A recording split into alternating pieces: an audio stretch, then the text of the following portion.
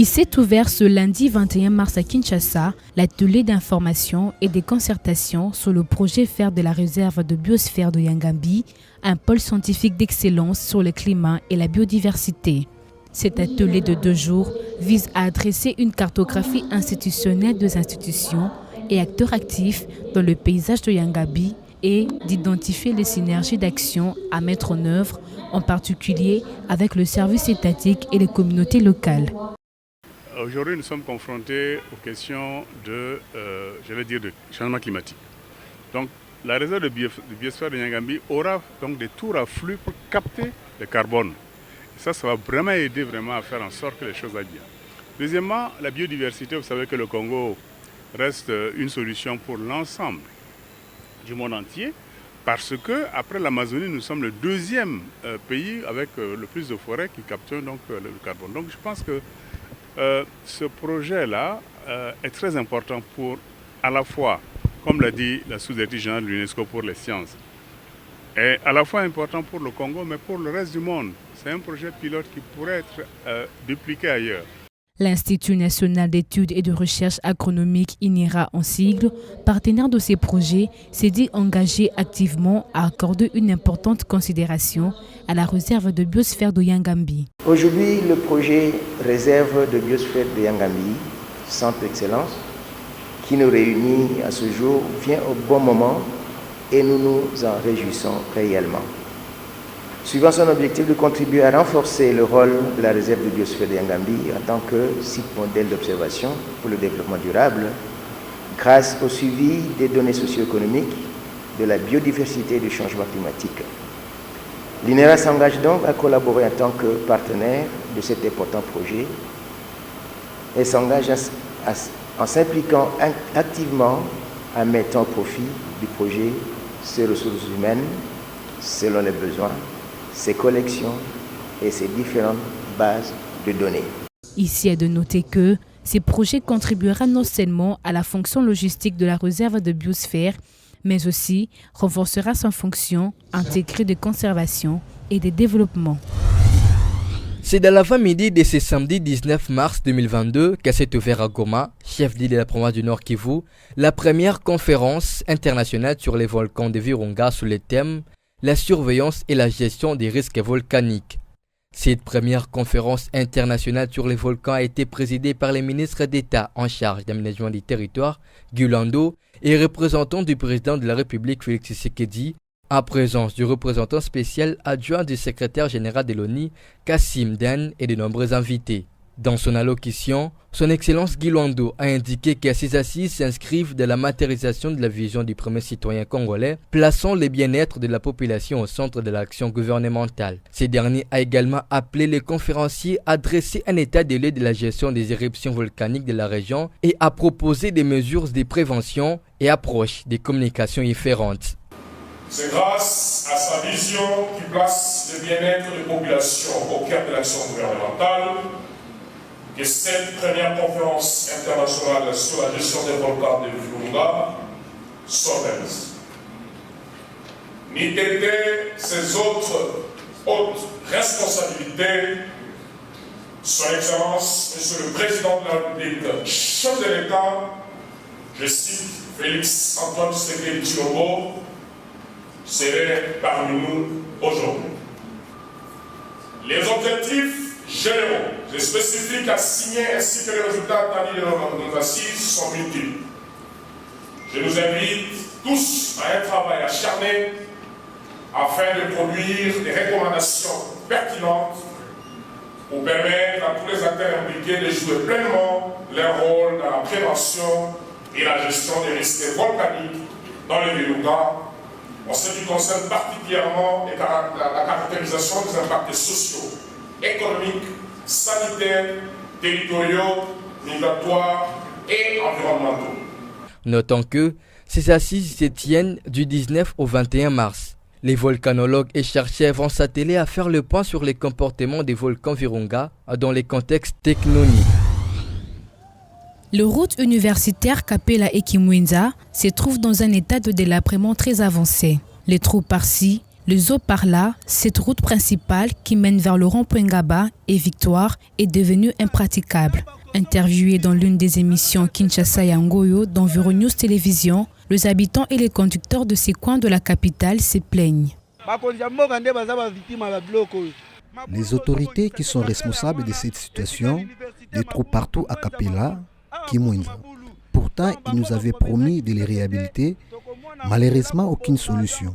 Ici à Kapela, nous souffrons pour conduire avec tous ces trous.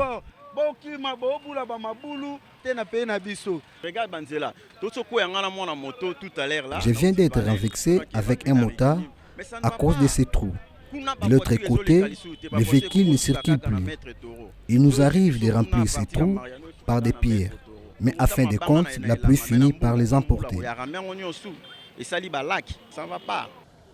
Les travaux Kinshasa Zéro Trou sont en marche, mais n'ont malheureusement pas atteint cette partie de la ville. Rappelons que ce travaux a été lancé le 14 octobre de l'an dernier. Malheureusement, certaines routes sont restées en état de délabrement très avancé. La population attend impatiemment l'implication des autorités dans cette situation. Les problèmes des déchets continuent à choquer. À Kinshasa, précisément Yolocide, quartier situé à Kalamou, la route Kimwenza est en dépôt des déchets. Les chauffeurs, les passagers, bref, tout le monde se plaint. Sur ces tronçons, l'on peut constater toutes sortes de saletés. Ces macadams construits sans suite laissent voir comment les herbes aquatiques poussent de partout et à quel point les odeurs nauséabondes se font sentir. D'après les habitants de cette partie de la ville, cette situation a daté et aucune des autorités n'est passée pour palper du doigt les niveaux de l'insalubrité dans ce coin. Ici, c'est maintenant la forêt équatoriale d'Imbandaka. En plein 21e siècle, l'avenue donne vie aux herbes qui se trouvent au fleuve. Ici, la respiration est vraiment impossible. Les odeurs nauséabondes, les saletés, l'environnement est pollué. Normalement, une route ne peut être comme ça. C'est trop sale. Les moustiques, le serpent, tout sort dans cette forêt. Nous sommes fatigués. Celle-ci est vraiment une forêt. Nous regrettons beaucoup parce que celle-ci est une route secondaire. Mais aujourd'hui, c'est un danger pour nos enfants, nos grands-mères. Ce que l'OVD nous dit et ce que nous voyons, c'est quasiment différent. Pour eux, cette situation s'implique par la mauvaise gestion, mais aussi la mauvaise foi qui les anime.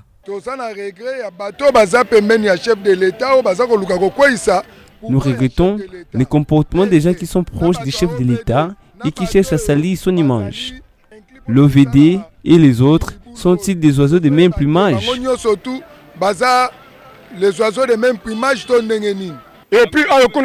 Des sulires sortent déjà ici. Des herbes et tout ce qui sort du fleuve se trouve maintenant là. Qu'est-ce que nous allons encore dire dans ce pays? Cette situation favorise la prolifération des moustiques dans cette partie de la ville. Rappelons que l'hôtel de ville a présenté récemment des engins commis au nettoyage de la ville. Malgré ça, la crasse demeure. La population se pose la question de savoir si la ville de Kinshasa revêtira de sa plus belle robe quand. La dégradation des grands lacs africains se confronte à de multiples défis liés à la gestion durable des ressources naturelles disponibles. Cette problématique est lue à travers divers facteurs et impacts liés aux catastrophes naturelles, à savoir les conflits sociaux, l'extrême pauvreté observable, tant qu'au niveau des individus que des communautés entières. Non à la dégradation de la biodiversité du lac Kivu, c'est la posture adoptée par certains experts de la région. Certains d'entre eux estiment que les problèmes de la conservation de la partie orientale de la République démocratique du Congo est probablement accéléré par la démographie couplée avec la pauvreté. Les activités humaines sont essentielles liées à l'exploitation directe des ressources naturelles pour la satisfaction des besoins de base. Cette dégradation des écosystèmes de biodiversité du lac Kivu sont beaucoup plus dues à la mauvaise gestion, par exemple, des 10 mètres de rives du bassin des rives du lac Kivu, présente actuellement des impacts environnementaux le long même de son littoral. Pourquoi? Parce que le lac Kivu, avec la ville comme Goma, Gisenyi, la ville de Bukavu, ce sont des villes construites au bord du lac Kivu. Et par manque d'une politique de gestion, par exemple, de ces déchets plastiques, de ces déchets ménagers, et avec des activités, bien sûr, anthropiques, cela joue significativement sur la biodiversité même du lac Kivu. Pourquoi? Parce que tous ces déchets vont se déverser dans le lac Kivu. Au littoral du lac Kivu, certaines plages destinées aux débarcadères des pêcheurs sont transformées en des marchés de vente des produits de la pêche et autres marchandises, les transformant ainsi en sites dénichés et pollués. Selon les experts, trouver un moyen pour pouvoir concilier la conservation de la biodiversité, la quête vers le développement économique, social et le maintien des valeurs culturelles serait un idéal. Aujourd'hui, vous allez noter avec moi que le littoral du lac Kivu connaît une pression, par exemple, anthropique, avec des pollutions des eaux par des entreprises et l'activité humaine. Il y a l'urbanisation croissante, il y a la faible application, par exemple, des lois portant protection des zones côtières et toute la végétation qui était florissante est aujourd'hui en dégradation accélérée. Et vous allez voir, par exemple, sur ces chapitres que le lac Kivu est beaucoup plus pollué par des entreprises du genre Pharmakina, du genre Bralima, parce que non seulement elles jettent des fumées, par exemple, dans la nature, mais aussi avec leurs eaux usées qui proviennent de ces entreprises, ce sont des eaux qui sont déversées dans le lac Kivu. Et cela joue significativement sur les biodiversités du lac Kivu. Ces sites sont exposés à l'érosion.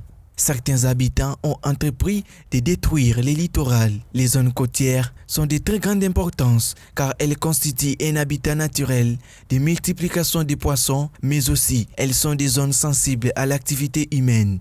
À Bukavu, la situation du littoral est préoccupante et doit attirer l'attention de tous citoyens congolais. Depuis le 31 juillet 2021, la République démocratique du Congo fait face à une pollution des rivières dans le centre du pays, principalement les rivières Tchikapa et Kasaï, le déversement des substances toxiques par une usine de traitement des diamants basée en Angola et à l'origine de cette catastrophe écologique. Il y a eu un accident dans une mine de diamants située en Angola. Généralement, quand on exploite le diamant, on attaque la roche, on récupère les minerais, on les lave, donc l'opération principale c'est le nettoyage ou le lavage.